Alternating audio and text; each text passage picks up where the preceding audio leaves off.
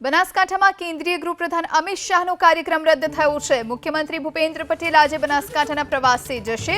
દિયોદરના સણાદરમાં આવેલ બનાસ ડેરીના સંકુલ ખાતે મુખ્યમંત્રીની જાહેર સભા પણ યોજાશે। વિવિધ વિકાસલક્ષી પ્રકલ્પોનું ખાતમુહૂર્ત, લોકાર્પણ અને શુભારંભ કરવામાં આવશે। Banas bovine and breed research સેન્ટરનું ભૂમિપૂજન કરવામાં આવશે। બનાસ બેંક નવીન ઓડિટોરિયમ હોલ અને ખેડૂત ટ્રેનિંગ સેન્ટરનું ખાતમુહૂર્ત કરવામાં આવશે। બાદરપુરમાં બનાસ ડેરીના અલ્ટ્રા મોડર્ન આટા પ્લાન્ટનું લોકાર્પણ કરશે તો Banas way protein ultra filtration પ્લાન્ટનું પણ લોકાર્પણ કરશે। બનાસ બેંકના માઇક્રો એટીએમ અને કિસાન ક્રેડિટ કાર્ડનો પ્રારંભ કરાવશે। પશુપાલકોને 50,000 રૂપિયા સુધી 0% વ્યાજદરે લોન આપવાની યોજનાનો પણ મુખ્યમંત્રી આજે પ્રારંભ કરાવશે। તો મુખ્યમંત્રી ભૂપેન્દ્ર પટેલ આજે બનાસકાંઠાના પ્રવાસે જવાના છે। સણાદરની બનાસ ડેરીના સંકુલમાં સીએમની જાહેર સભા છે।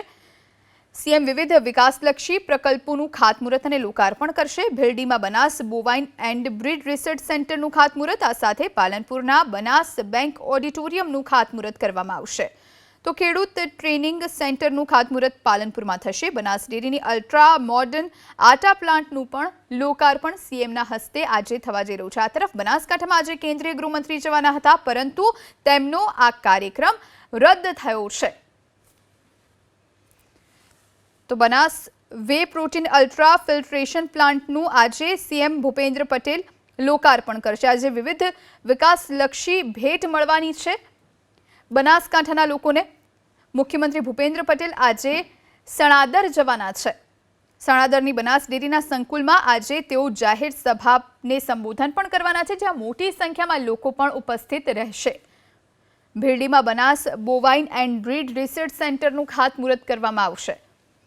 પાલનપુરના બનાસ બેંક ઓડિટોરિયમનું ખાતમુહૂર્ત, પાલનપુરમાં ખેડૂત ટ્રેનિંગ સેન્ટરનું ખાતમુહૂર્ત, બનાસ ડેરીની અલ્ટ્રા મોડર્ન આટા પ્લાન્ટનું પણ લોકાર્પણ સીએમ ભૂપેન્દ્ર પટેલના હસ્તે કરવામાં આવશે। Banas way protein ultra filtration પ્લાન્ટનું પણ લોકાર્પણ કરવામાં આવશે। મહત્વનું છે કેન્દ્રીય ગૃહમંત્રી અમિત શાહ, જેઓ 2 દિવસ ગુજરાતના પ્રવાસે હતા। ગઈકાલે તેમણે ઉત્તરાયણની ઉજવણી કરી હતી અને આજે તેઓ બનાસકાંઠા જવાના હતા અને ત્યાં તેઓ વિવિધ ભેટ આપવાના હતા, પરંતુ હવે તેમનો આ કાર્યક્રમ રદ થયો છે।